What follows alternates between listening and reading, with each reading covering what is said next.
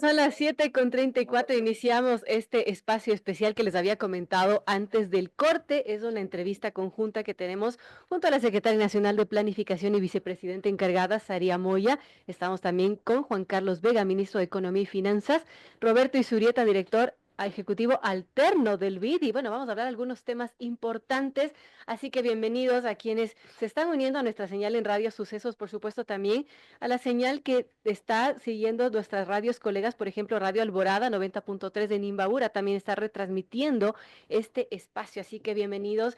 Y bueno, vamos a hablar de algunos temas, tenemos 45 minutos, así que esperemos que el tiempo sea suficiente, tratemos de ser lo más concisos posibles para que, bueno, nuestros amigos oyentes puedan escucharles y podamos topar la mayor cantidad de temas posibles. Así que empecemos con el ministro Juan Carlos Vega. Y bueno, la pregunta, ministro, y va a ser una pregunta dura para empezar, una pregunta de cajón, es ¿cómo vamos a terminar este año? No es un secreto que los ecuatorianos obviamente estamos afectados por las múltiples crisis que está pasando el país, crimen organizado, negocios que lamentablemente están cerrando porque son extorsionados, caída en las ventas, sobre todo en sectores claves, ¿no? Como el de la construcción, la venta de autos, que son indicadores de una economía, también el turismo y muchos sectores productivos que están deprimidos, la economía en periodo recesivo y para rematar los cortes energéticos que nos han complicado realmente la vida y que suman miles de millones de pérdidas económicas para el sector productivo. ¿Cómo terminamos este año? ¿Cómo vamos con los retrasos del sector de finanzas? Cuéntenos y denos una esperanza, por favor, que el panorama como empezamos esta conversación no es el mejor. Estimada Meródica, muy buenos días. O sea, a pesar de todos los retos que usted claramente ha descrito, que todavía no están superados, pero con la gestión decidida y valiente del gobierno del presidente Noboa, estamos en proceso de superarlas. Estamos terminando este 2024 en una situación diametralmente mejor que lo que esperamos del 2023, donde recibimos un país quebrado, donde recibimos un país que básicamente teníamos por cada dólar que teníamos, por cada dólar que teníamos para pagar, teníamos $25 por pagar. Esa era la complicadísima situación que recibimos con casi 5.000 millones de atrasos, con ampliamente anunciada uno de los niveles más bajos en 15 años de la caja fiscal, una situación muy complicada. Y lo que hicimos es no, presentamos la situación claramente al país que recibíamos, porque eran cifras bastante diferentes de las que se habían reportado antes en el proceso de transición al equipo del presidente Noboa, al cual todavía yo no era Uh -huh. parte. Eh, entonces, inmediatamente lo que hicimos y lo que sabemos hacer en este gobierno es entrar a resolver la situación y a ver las alternativas para hacerlo. Inmediatamente buscamos las formas de incrementar los ingresos para el Estado, que lo habíamos hecho con esfuerzos propios, con incrementos a la tasa de IVA, impuestos a las empresas, impuestos a la banca, incrementos de ISD, siempre buscando proteger a los más pobres y a los más necesitados de la población, porque inmediatamente buscamos mecanismos también de compensación para esos grupos vulnerables.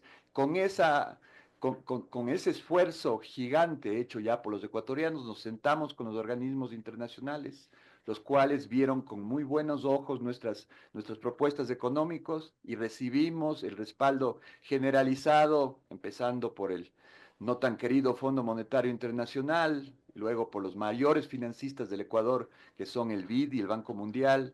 Nos apoyó inmediatamente la CAF, el Fondo Latinoamericano de Reservas, y muchos apoyos también bilaterales que son importantes rescatar, de Corea, de Francia, de países amigos que siempre han apoyado al Ecuador en estas situaciones complicadas.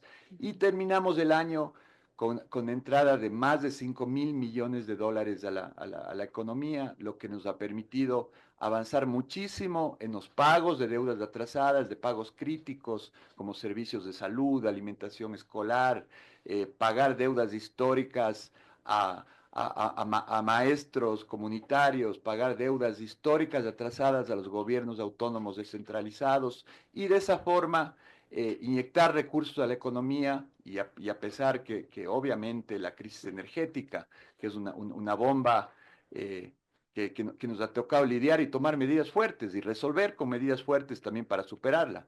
Ha afectado a los negocios medianos y pequeños. Estamos cerrando el año con mayor liquidez en el sistema financiero, casi un 14% de incremento medido octubre-octubre, con una reducción ya importante en las tasas de interés, con una colocación de casi 2.000 millones de dólares adicionales en el sector productivo por parte de la banca, que es lo que nos interesa, porque tenemos mucha liquidez en los Ujú. bancos, pero el reto es incrementar también la demanda de crédito para que se convierta en más producción, en más capital de trabajo y finalmente en más fuentes de empleo y bienestar, que es lo que buscamos. Ministro, ¿todos esos esfuerzos alcanzan para revertir este entorno económico negativo? Claramente siempre hay retos y nunca son suficientes. Nosotros estaremos siempre 100% satisfechos cuando estemos de una economía ya con claro derrotero de un incremento en el tamaño del Producto Interno Bruto, más inversiones, un crecimiento sostenido del empleo. Lo que hemos hecho aquí es básicamente tener un paciente moribundo al cual le sometimos al cuarto de cuidados intensivos y este rato le sentimos que está mucho mejor, listo para la maratón, listo para mejores días para los ecuatorianos y básicamente este año ha sido un año de sostenimiento de la importante Ujú. dolarización que todo el mundo habla, pero casi nadie se da cuenta de qué se le salvó al país desde ese sentido, porque una salida desordenada de la dolarización sería una de las peores crisis que estoy seguro hemos visto en la historia de Ecuador. Antes habíamos visto la crisis del feriado bancario, pero en ese momento teníamos emisión de sucres, teníamos todavía en Sangolquí la máquina para imprimir sucres y pagar a los depositantes. Así Ahora de extrema fue la situación así de cuando asumió extrema, el gobierno. así de extrema, sino obviamente por responsabilidad no podíamos llegar a salir a hacer un anuncio que el país estaba al borde de salir de la dolarización, al borde de entrar en una crisis del sistema financiero, sino lo que hicimos es tomar medidas responsables para resolver y para cambiar la tendencia en la que venía cayendo el país. Ahora, el presupuesto del Estado va a cerrar este 2024 con atrasos similares a los del 2023. Nuestra aspiración es cerrar con atrasos significativamente menores. No vamos a poder cerrar 100% Ujú. esa brecha, pero sí le garantizo que van a ser significativamente menores. Un tema positivo y es el tema del FMI que usted lo mencionaba, ministro. El 9 de diciembre el gobierno recibió la aprobación de la primera revisión de metas del acuerdo con el Fondo Monetario Internacional y ahora pues está pendiente la aprobación de la última instancia, ¿no? Que es el directorio del multilateral. ¿Cuándo se espera que se reúne el directorio del FMI para ese desembolso de 500 millones? Y si es así, ¿cuándo llegaría ese desembolso? Es una excelente noticia que luego de un año tan complicado, con crisis de seguridad, con crisis energética, hayamos pasado con buenas calificaciones la revisión, este rato el anuncio es un acuerdo a nivel técnico. Quiere decir que el staff, que los técnicos del Fondo Monetario, después de revisar nuestras cifras, nos dan el visto bueno para seguir adelante a la siguiente etapa, que es el directorio que se estará reuniendo alrededor del 19, 20 de diciembre Ujú. y si tenemos la aprobación de ese directorio, tendremos el desembolso para cerrar en muchas mejores condiciones el Podríamos año llegar 20. este año con ese desembolso. La aspiración es llegar este año con ese desembolso y eso también lo que hace es permitir que se desembolse, que el BID nos desembolse, que el apoyo bilateral de Francia también se concrete y se desembolse en este mismo año. Entonces, esas siempre son buenas noticias, no solamente de los desembolsos del fondo, sino también la evaluación que hace el fondo a las finanzas públicas y a la economía de Ecuador es usado como un factor de balance y de una economía sana para el resto de organismos multilaterales y también para los países, que es el apoyo bilateral que recibimos. Justo quería preguntar sobre esto, ¿qué aspectos se valoraron para que el FMI haya dado esta primera aprobación y además que incluye el informe de cumplimiento? El informe de cumplimiento revisa muchas metas que fueron propuestas por el mismo país en términos de fortalecimiento de las instituciones. Un factor muy importante es el establecimiento del Comité de Estabilidad Financiera, donde participan la Junta Monetaria, la Junta Financiera, la Superintendencia de Bancos, la de cooperativas, la de compañías, donde Ujú. tenemos un foro donde compartimos información del sector financiero y del sector real y de esa forma podemos tener un mejor control y un mejor manejo de un sector tan importante como el sector financiero del país. Ya sea, hay una serie de metas institucionales y también cuantitativas en cuanto a los números, que es los ingresos que se ha logrado este año en base a las medidas tomadas, los ingresos en base a financiamiento y por otro lado los gastos y las inversiones que estén balanceadas y que sean sostenibles. O sea, como cualquier hogar de cualquier ecuatoriano, cuando uno está en un estado donde está altamente endeudado y no solo eso, sino vive de los anticipos de la tarjeta de crédito, es un esquema que tarde o temprano va a explosionar y no le va a permitir a ninguna familia vivir tranquilos. Entonces, el tener las cuentas ordenadas, tener un balance entre ingresos y egresos es un factor muy importante para un país que le permite entrar en una senda de crecimiento y de desarrollo. Pero eso es un factor que en economía le llaman como factor necesario pero no suficiente, porque el reto para cualquier país es de entrar en una senda de crecimiento, de desarrollo, de atracción de inversiones, de generación de empleo y de mejorar la calidad de vida de los ecuatorianos. Así es. Ahora, para que el Ecuador pueda recibir los siguientes desembolsos que conocemos del FMI, suman en total 4.000 millones de dólares. ¿Qué podríamos esperar, por ejemplo, para el próximo año, este 2025? ¿Se contempla alguna reforma tributaria? Y si es que es así, ¿qué aspectos contendría o qué nuevos tributos tendrían o podrían crearse? En este momento no estamos hablando de reformas tributarias puntuales, un poco como las que hemos tomado en este año, que finalmente ha sido más de esta línea poco razonable que ha tenido el país en los últimos años, de tener reformas solo por este año, por una sola vez. Nosotros lo que buscaríamos es entrar en una reforma tributaria para los próximos 20 años, donde el país elimine ciertos impuestos distorsivos, donde se enfoque mucho más en los impuestos de clase mundial, como es el impuesto a la renta, bien cobrado, con una base imponible sólida, un IVA igualmente mucho mejor cobrado, una simplificación de todo el Ujú. esquema complejo esquema tributario que tiene el Ecuador para que la inversión nacional y la inversión extranjera tengan una claridad de la política tributaria del Ecuador para el largo plazo, como lo han emprendido países como República Dominicana, como Uruguay, como Costa Rica, donde trae una mejor claridad para la inversión y eso también se convierte en una sostenibilidad fiscal de largo plazo, pero que no limita y asusta a los inversionistas. A propósito de impuestos, y ya mismo pasamos a los otros temas con nuestros invitados, pero hablemos de Sí, la nos polémica sentimos un ley. poco excluidos. No, disculpen, vamos a incluirlos enseguida. Pero es importante que Como le nuestros dieron amigos café oyentes. al ministro, Le, Se fue. le pusieron toda la cuerda. Claro, exacto. Bueno, 7:47 conversamos con el ministro de Finanzas, Economía y Finanzas, y dos puntos más, ministro, y pasamos con los siguientes temas. A propósito de impuestos y tributos, tras la aprobación de esta polémica ley, la llamada ley antipillos o antilavado, que bueno, fue publicada en el registro oficial y que entre otras cosas crea un impuesto a la compraventa de vehículos usados que podría llegar hasta el 5% dependiendo del valor del vehículo.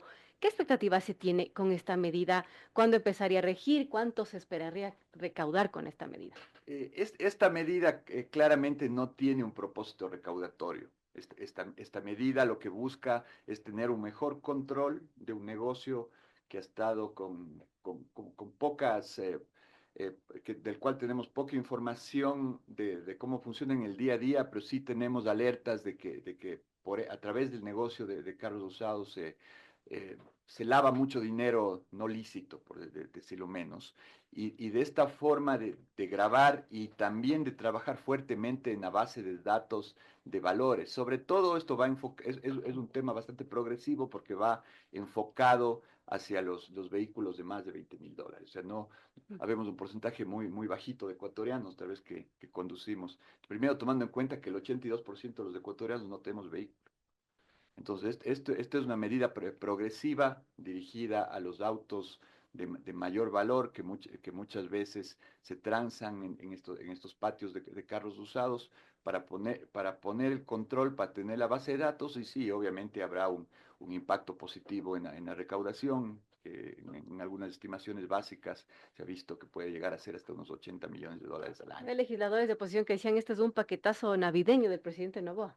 No, esta es una medida más responsable para cortar a los negocios ilícitos del financiamiento que les ayuda a tener 40.000 hombres armados que combaten día a día con nuestros policías o con nuestros militares en las calles. Y perdón la interrupción. Roberto, por favor.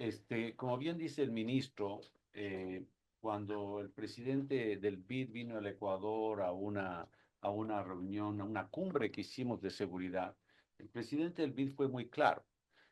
Primero, agradecido y sorprendido de cómo el Ecuador ha afrontado este reto de combate a la inseguridad y al crimen organizado internacional y en el convencimiento de que esta lucha el Ecuador no puede ser exitoso solos.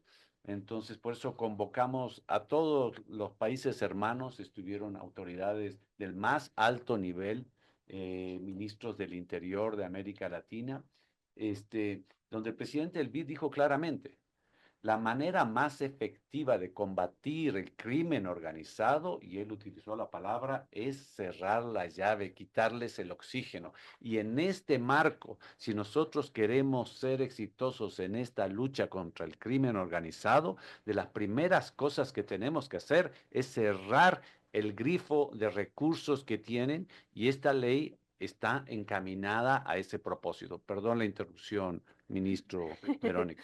Por favor, bueno, ya vamos a continuar con nuestros invitados, con Saria Moya, secretaria nacional de Planificación, vicepresidente en Caredi, y también con Roberto Isurieta, director ejecutivo alterno del BID.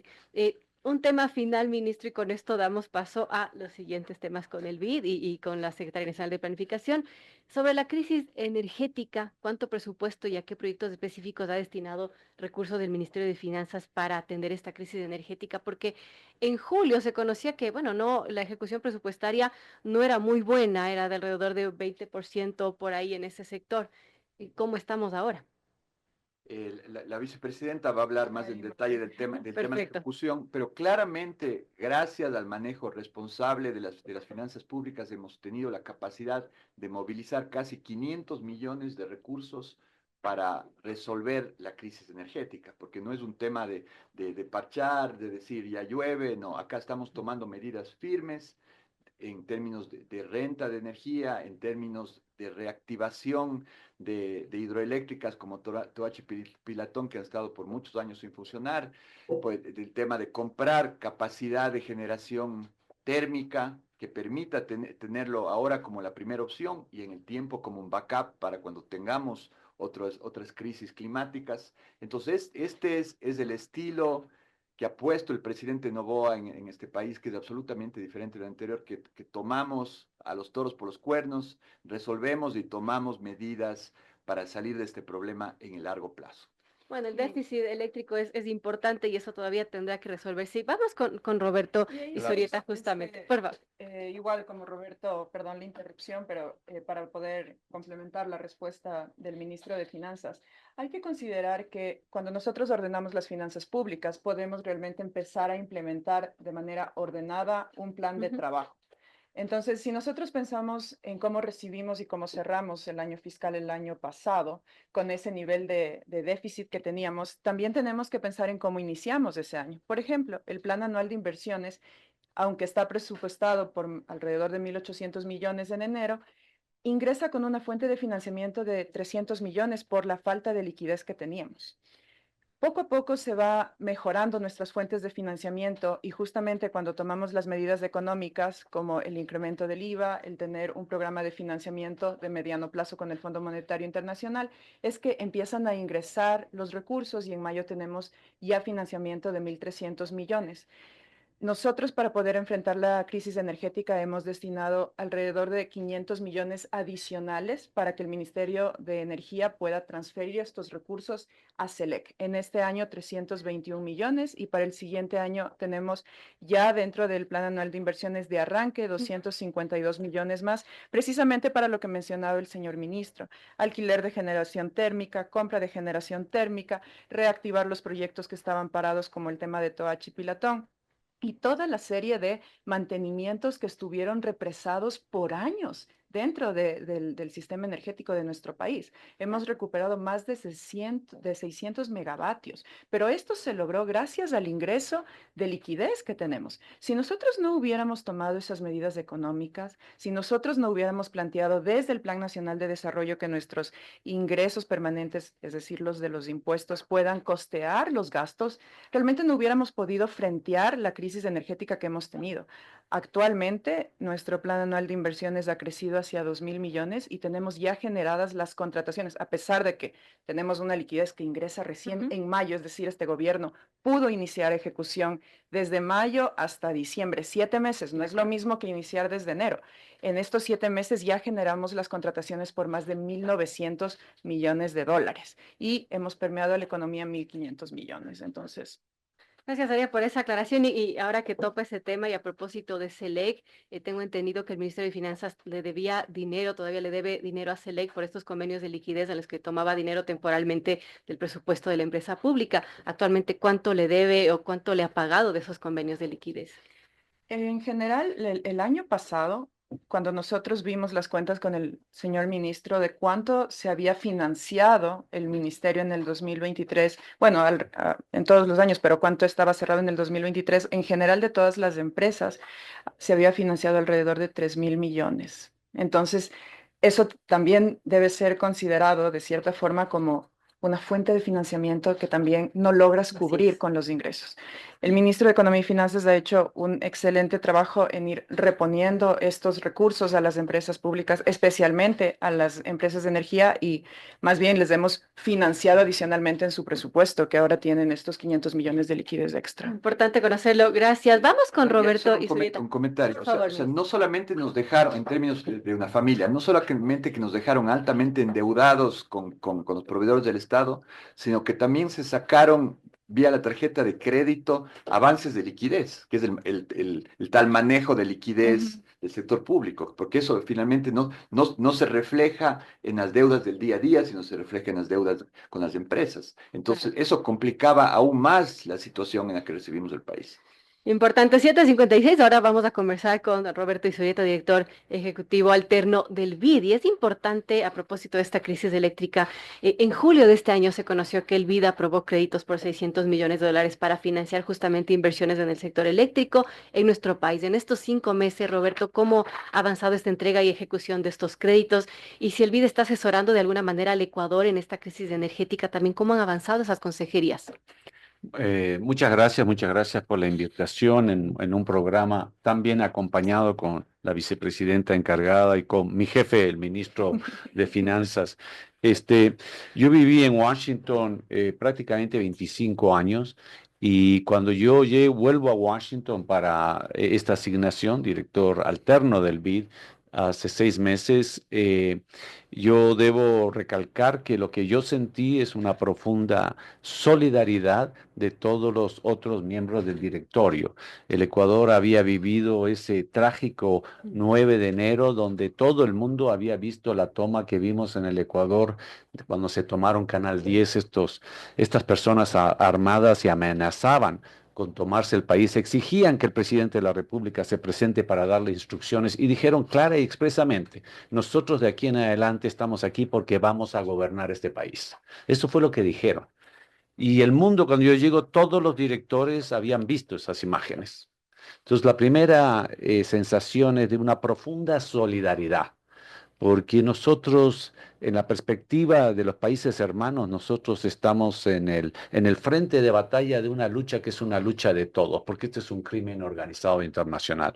Y esa solidaridad venía acompañada también de una grata sorpresa que el Ecuador llegaba al BID en este caso, no para ofrecer cómo va a ordenar sus cuentas públicas, sino por el contrario, con un proceso expreso donde las cuentas públicas habían tomado un orden y iban para adelante.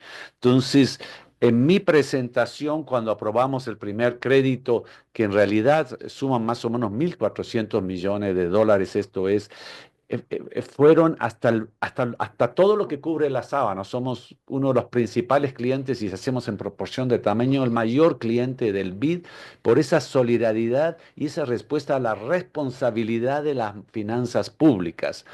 Y efectivamente, no solamente en eso, es más, puedo decir, el día de ayer tuvimos un directorio donde se aprobó que comience el trámite para el pago de los últimos 100 millones de dólares de este año pendiente en todos estos créditos, en una sesión donde es la última sesión del año y se imaginarán que hay proyectos y temas sumamente importantes que tratar.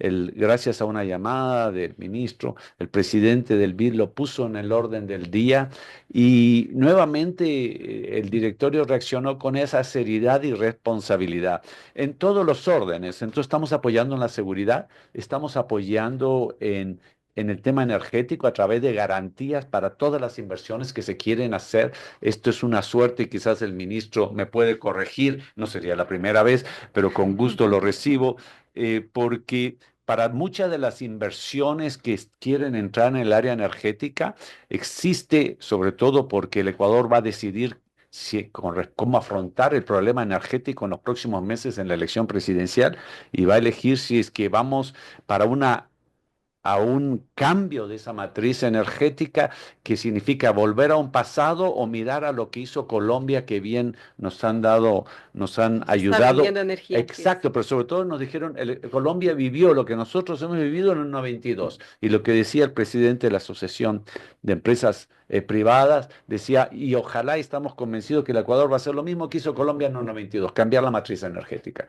Para hacer eso se necesitan garantías. El BID, por ejemplo, entra con garantías. Es decir, si usted tiene preocupación que va a tener problemas de pago, nosotros entramos. Eso es muy importante para el sector privado.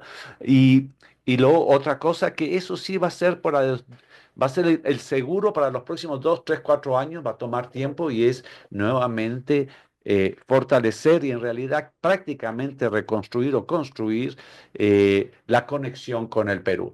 Porque Colombia, que nosotros tenemos un intercambio de energía, pero por supuesto dependemos del agua, en el caso de Perú se depende del gas. Y por eso existen, y aquí tanto la vicepresidenta encargada como el ministro de Finanzas muy bien pueden hablar de los planes, porque el otra gran fuente de energía que el Ecuador va a llegar es el gas, porque el gas es mucho más barato que el petróleo. Entonces tenemos que cuidar no solamente las nuevas inversiones, sino el costo de las nuevas inversiones, porque el Ecuador quiere tener energía y la energía más barata y limpia que exista. En ese sentido, Roberto, y permítame, le reitero la pregunta, ¿el BID está asesorando al Ecuador para este tipo de temas en la crisis energética? Efectivamente, el mismo día lunes tenemos ya una reunión con el ministro de Finanzas, viene el jefe para toda América Latina y a las 8:30 de la mañana, yo pensé que era con desayuno, pero no, es directo al trabajo con con el representante del BID del Ecuador y el director para América Latina, donde vamos a revisar toda la clase de proyectos. En este mismo momento, la ministra del Interior se encuentra en una de las reuniones internacionales organizadas por el BID por el tema de seguridad. Y esto es muy importante porque el BID en general no se metía en los temas de seguridad. Los temas de seguridad los dejaban para los ministros del Interior. Pero en El BID octubre son los aprobó ese ministros. crédito de Pero 150 no millones, solamente eso, justamente. realizó la cumbre.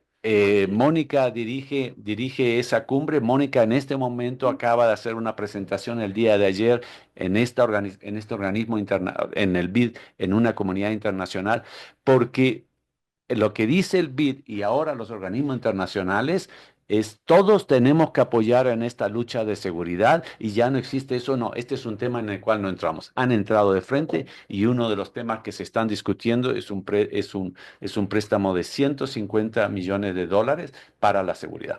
Bueno, ¿qué se espera con todos estos créditos que nos menciona, tema energético, tema de inseguridad? ¿Qué esperamos que el Ecuador haga con este dinero? Yo diría una cosa más.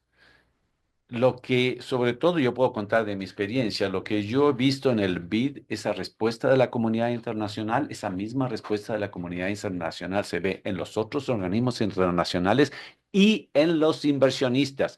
Y, por ejemplo, el ministro ayer me contaba una cosa que es totalmente en concordancia de mi experiencia, es cuando ustedes sacan una oferta de bonos por la naturaleza, por primera vez sobrepasan lo que ustedes aspiran, ofrecieron, si mal le doy la palabra al ministro, porque eso es otra muestra de lo que pasa en la comunidad internacional y cómo la comunidad internacional está viendo al Ecuador. Yo no sé si, para no equivocarme, señor ministro. Solo este punto fue realmente una grata experiencia porque obviamente usted sabe que el Ecuador no ha estado emitiendo bonos en los mercados internacionales y esta fue una prueba como mecanismo específico que es un canje de deuda por naturaleza en la cual teníamos tímidamente una oferta de 1.000 millones en nuevos bonos y tuvimos ofertas pues más de 7.000 millones.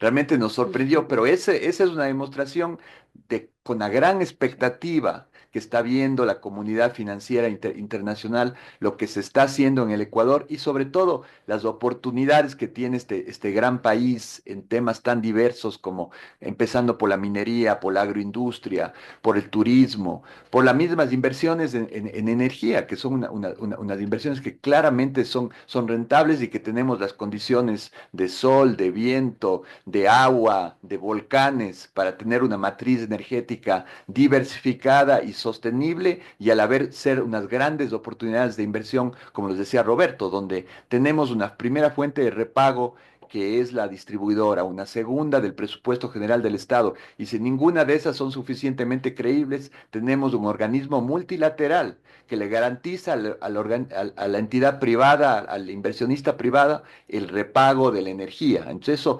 permite dar una seguridad no solo a los inversionistas, sino a su capacidad de conseguir financiamiento internacional para esas inversiones. Importante. Bueno, 8:05 quisiera conversar con Saría Moya. No sé si llamarla secretaria nacional de planificación o señora vicepresidenta encargada. Estoy a cargo de las dos carteras de Estado, entonces. Perfecto. Bueno, hablemos de Los tres nombres son apropiados. señora vicepresidenta encargada y secretaria de planificación, entonces. Eso es verdad, Juan Carlos. Cuéntenos de los logros que se ha tenido este año. Ya sabemos que ha sido un año bastante duro. ¿Cuáles son los hitos más importantes, lo que podríamos resaltar? Bueno, en principio lo que hemos venido conversando, el ordenar las finanzas públicas nos ayuda a también permear la economía de una manera positiva. Si bien es cierto, había mucho recelo por parte de la ciudadanía con respecto al IVA, realmente el incremento del IVA, dado las medidas adicionales que se tomaron en conjunto con esta medida, medidas de compensación para ayudar al sector transportista, al sector productivo, es que logramos tener una inflación controlada. El año pasado, por ejemplo, en noviembre del 2023, la inflación era de 1.53%, actualmente es de 1.51%.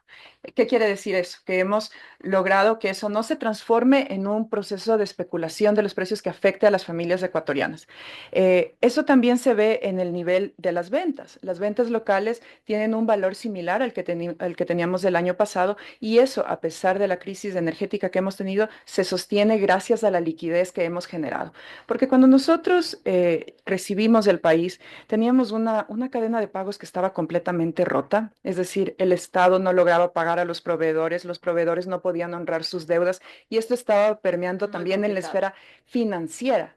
Entonces, ya teníamos varios frentes abiertos. Al poder entrar en este círculo virtuoso, hacemos que esta liquidez ayude a las familias ecuatorianas, ayude a que ellos puedan honrar sus ventas y tenemos por eso un sistema financiero que está bastante robusto. Tiene un nivel de depósitos por encima del año pasado y es un récord de más de 50.000 millones de dólares. Entonces, el año pasado, a la misma fecha, el sistema financiero tenía depósitos por 44.000 millones. Actualmente es de 51.000. Y eso nos indica cómo esto brinda seguridad a las familias ecuatorianas dentro del ámbito económico de la economía familiar, ¿no? Otro de los logros importantes es en el sector productivo, en el área de las exportaciones. Las exportaciones en volumen porque hay que evaluar los dos, en volumen han crecido un 5.2% y en millones de dólares han crecido en un 8.5%. Pero aquí a mí me gusta entrar un poquito más en detalle, porque nosotros como país tenemos un sector productivo basado muchas veces en la parte que no tiene valor agregado. Entonces es importante ver también las exportaciones, por ejemplo, de los bienes industrializados. El año pasado, las exportaciones en bienes industrializados decrecieron en 16%, decrecieron. Y este año han crecido en 8.3%. Y ahí también se ve un cambio de tendencia. Íbamos a la baja y ahora estamos creciendo. Y los bienes primarios también han crecido, no es que esos se han detenido. El año pasado tuvieron una tasa de decrecimiento de 5.9% y ahora está con una tasa de crecimiento de 10.5%. Es decir, los mercados no solo se están abriendo en la parte financiera, como lo que sucedió esta semana con los bonos que hemos puesto en el mercado internacional, sino que también se ve una apertura en la economía real, porque tenemos el área fiscal y tenemos el área real, que es esta parte de las exportaciones. También nuestras exportaciones petroleras, ese es otro logro que se han logrado sostener y crecer. Las exportaciones petroleras pasaron de 6.600 millones a 7.300, es decir, un incremento de 10.5%. Y eso también es gracias a la gestión que se realiza para poder manejar de forma adecuada nuestro sector petrolero. Entonces, eso como para complementar en la parte productiva. Dentro del tema de seguridad también hemos tenido logros importantes. Uno de los logros más importantes se mide a través de la tasa de homicidios intencionales, que es un indicador que está estandarizado a nivel internacional para poder medir precisamente los avances que se tengan en esta materia. Y tenemos una reducción del 17%, que no es menor. ¿Y por qué no es menor? Porque durante muchos años nosotros vimos cómo esta tasa solo crecía y crecía y crecía. Cada año los ministerios tienen que calcular sus metas y esto se hace en base a modelos complejos econométricos. Claro. No había modelo que diga que por lo menos podemos controlar el nivel de homicidios. Todos los modelos decían que íbamos a crecer, que íbamos a crecer. Nosotros obviamente teníamos metas ambiciosas. Para algunos expertos internacionales que asesoraron el proceso, esa meta ambiciosa era mantener, que no crezca. Pero nosotros no, teníamos metas para reducir y cambiar completamente la tendencia. Y esto es algo que debemos como ecuatorianos valorar porque es un paso muy importante en un año. Países que han intentado salir de círculos de la violencia desde un inicio sabían que era un proceso de largo plazo y tal vez sí, su meta en el primer año era solo contener, pero nosotros no, reducimos y eso es algo que tenemos Es que como importante, país pero abrazarnos lamentablemente y los felicitar. secuestros han aumentado en nuestro país. Me encanta esa pregunta porque puedo explicar algo muy Por importante con favor. respecto a los indicadores estadísticos de las denuncias. Los robos, los secuestros parten de las denuncias. Las denuncias no son un registro administrativo igual que el de homicidios, que es sucedió, murió. exacto. La denuncia tiene algo que se llama un dato sombra. ¿Qué quiere decir eso? Que la denuncia no te mide el total de los delitos. Por supuesto. ¿Por qué cuando te roban un celular tú no denuncias? ¿Para qué? Me imagino ¿Para que qué? dirá la gente. No tienes confianza, ¿ya? Entonces las denuncias también dependen de cuánto la ciudadanía confía en el sistema y de cuánto un Estado o un gobierno está haciendo porque la gente denuncie. Nosotros hemos implementado líneas y canales para que la gente denuncie. ¿Por qué es importante que denuncie? Porque esa información es vital para el eje de inteligencia tanto de la Policía Nacional como de las Fuerzas Armadas. Entonces, cuando tenemos un nivel de denuncias que sube o que baja, no podemos asumir que el delito subió o bajó. Y perdona la interrupción, vicepresidenta. Sí, además, un poco la sensación antes era, primero, estos delincuentes terroristas internacionales, lo primero que te exigen es que no denuncies, Claro. ¿ya? Y si tú tomas el paso de denunciar, es un paso gigantesco porque De ya valentía. comienzas tú tienes como familiar, tienes que hacer un juicio de valor. ¿Cuál de los dos tiene mayor capacidad de ejecución? ¿O el delincuente o la policía? Y en este caso, la unidad a cargo de secuestros ha ganado un enorme prestigio, Confianza. profesionalismo Y a nivel regional. y a nivel porque no es regional. solo aquí. Entonces, La tú UNACS tienes es que reconocida valorar. a nivel Sí, internacional. perdón la interrupción. No, completamente de acuerdo. Entonces, a lo que yo voy y con esto cierro esta idea, no podemos ni para subir ni para bajar. Ujú. Asumir que cuando tienes un mayor nivel de denuncias, es porque antes tuviste menos delito. Eso no lo podemos concluir, porque no sabemos el nivel de datos sombra que tuvimos del año pasado o hace 2 años con respecto a los delitos como denuncias de extorsiones. Y más bien, agradecemos a la ciudadanía que confía en nosotros, que confía en la Policía Nacional, que confía en las Fuerzas Armadas para poder entregarnos información clave que nos ayude a dar con la delincuencia común y más aún con la delincuencia organizada. Y también, por ejemplo, un dato que el presidente lo dijo en su último programa con Cuesta, este, en el caso de las muertes violentas, el porcentaje de personas que han muerto de esta manera tienen récord policial. El porcentaje exacto no lo recuerdo, pero cuando este proceso comenzó, la enorme mayoría de las víctimas eran claramente inocentes. En este momento, la enorme mayoría de las víctimas tienen un récord policial muy frondoso. Entonces, efectivamente, seguimos en la ofensiva y lo seguiremos haciendo con el respaldo del pueblo ecuatoriano. Importante. Continuamos con los hitos, señora vicepresidenta. Y otro de los hitos importantes es el tema de cómo hemos reactivado las obras de nuestro país. Nosotros, claro, si tienes una cadena de pagos con proveedores rotas, es obvio que vas a tener muchísimas obras paralizadas. Tal vez en algún momento sí se contrataron, pero no se consideró si es que realmente se iba a tener la liquidez para poderlas concretar y finalmente entregar a la ciudadanía. Y creo que en un contexto como el que nosotros teníamos, uno de los daños más grandes que se le puede hacer al país es tener obras inconclusas. Creo que esa es la muestra de ineficiencia Así más es. grande y más indignante. Entonces, creo que ahí había que hacer un trabajo muy fuerte. Cuando yo llegué a la Secretaría Nacional de Planificación, encontré en el sistema de obras que se habían registrado hace 10 años y que no habían Wow. tenido seguimiento alguno. El sistema estaba muerto, no te daba reportes.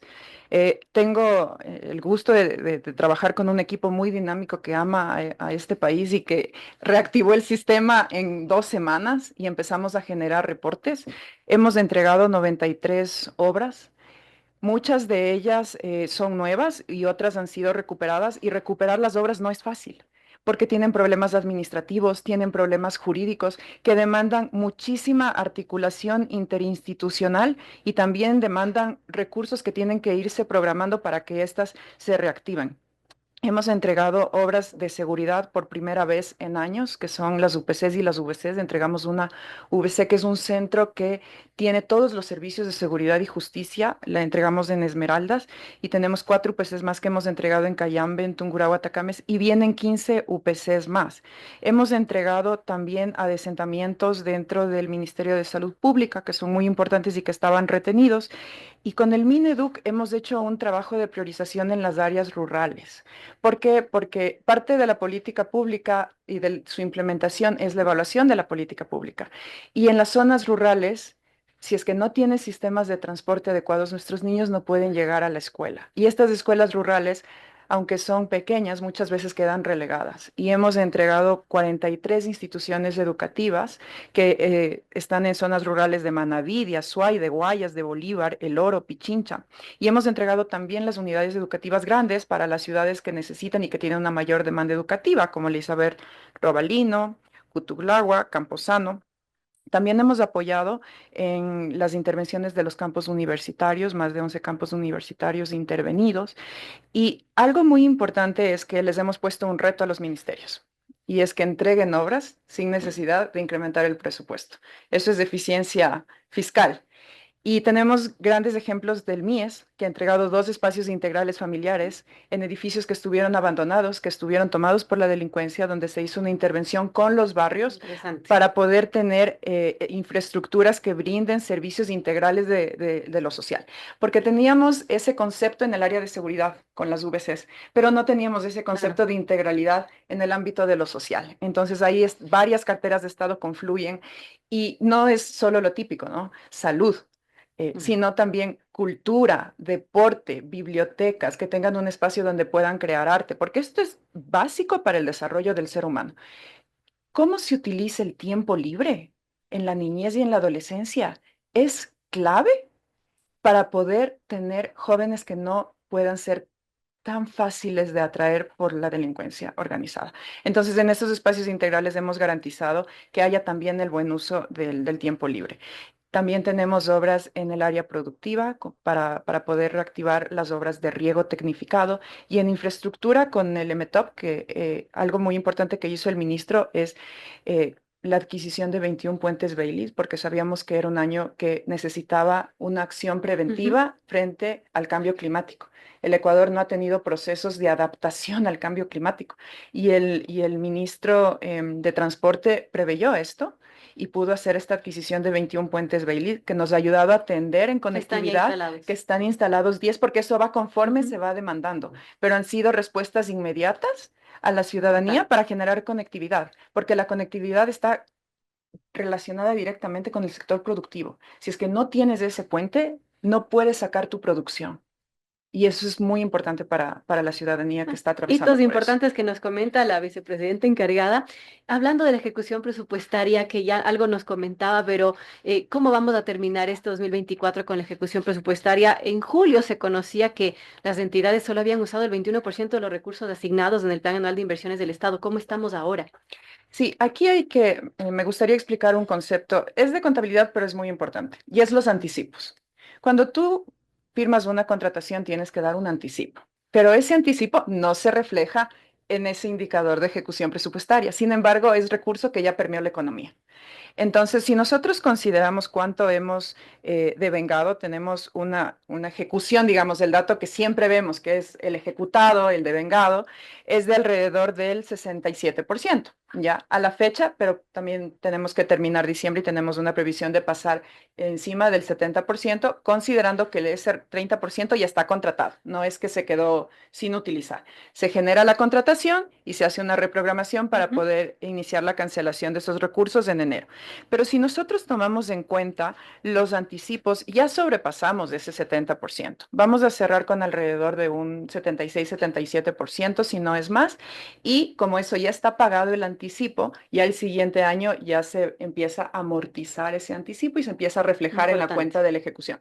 Es importante especialmente en este año, porque como había explicado, la fuente de financiamiento empieza a ingresar en mayo. Tenemos un salto significativo en los meses de abril y mayo y recién ahí es cuando las entidades pueden generar el proceso de contratación. Si tú no tienes fuente de financiamiento asignada, no puedes iniciar la contratación. Y esto es algo que también los ministros sabrán explicar ante los diferentes entes de control que tenemos, porque se asume que como tenías un Claro. presupuesto de 1.800 en enero, y en enero podías iniciar la contratación. Y realmente no es así. Importante, gracias por esa aclaración. Y quisiera terminar este espacio con el señor ministro que nos aclare un tema y una pregunta final.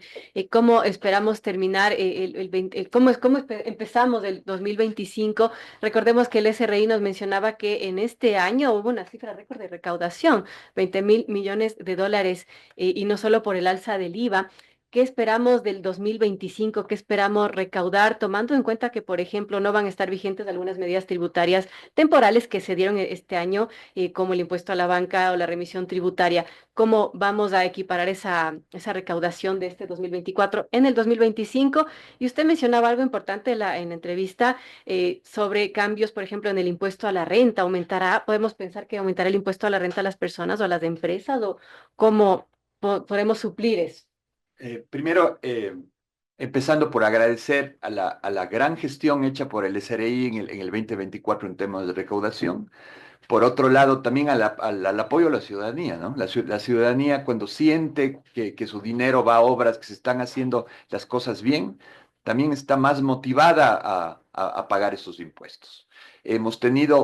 Tuvimos una estructura muy difícil de financiar en el 2024, la hemos superado, tenemos un acuerdo de 4 años con los multilaterales para seguir recibiendo financiamiento.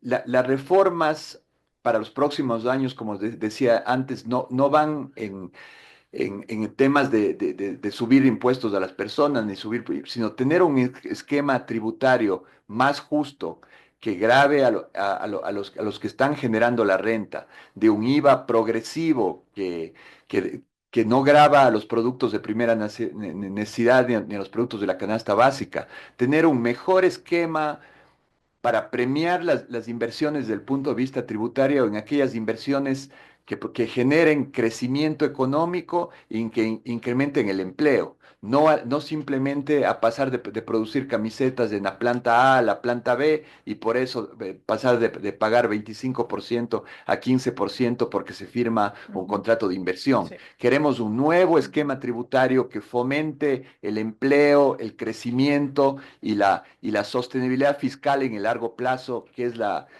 receta que no hay nada que inventar. Eso es lo que han hecho países vecinos como Perú, como Colombia, como República Dominicana, donde se fomenta la inversión, el empleo y se tiene las cuentas fiscales equilibradas. Yo quisiera complementar lo que dice el Por favor. ministro, y eso es lo que se ve en todos los organismos internacionales y en la comunidad internacional. La apuesta del Ecuador tiene que ser crecer. El Ecuador tiene enormes posibilidades. Esta crisis tan dura que hemos pasado también es una oportunidad para que la cifra no sea exacta, están en interés más de $1.000 millones para entrar en el sector eléctrico. Lo mismo las cifras que son el inicio de un proceso en el área de exploración y de exportación petrolera, en la agricultura. El Ecuador es un país lleno de oportunidades. El Ecuador es el país más megadiverso por metro cuadrado del mundo. Entonces, la apuesta del Ecuador es a crecer y vamos a crecer si continuamos con un modelo que sea serio, responsable, que se preocupe de los subsidios directos a los más necesitados y evite todas esas distorsiones que lleva y que alimenta a los sectores que están en otra clase de juegos.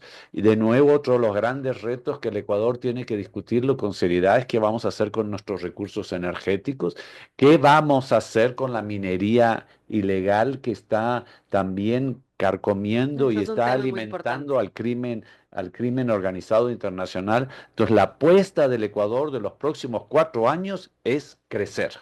Que así sea, que siga creciendo el Ecuador. Yo quiero agradecerle, tenemos que terminar este espacio, pero muchísimas gracias a nuestros invitados, a Saría Moya, secretaria nacional de Planificación y vicepresidenta encargada, al señor Juan Carlos Vega, ministro de Economía y Finanzas, y también al señor Roberto Izurieta, director ejecutivo alterno del Banco Interamericano de Desarrollo. Gracias por estar con nosotros. Muchísimas gracias. Verónica, por el espacio. Amigos, 8:26, tenemos que despedir este espacio. Nosotros vamos a continuar después de una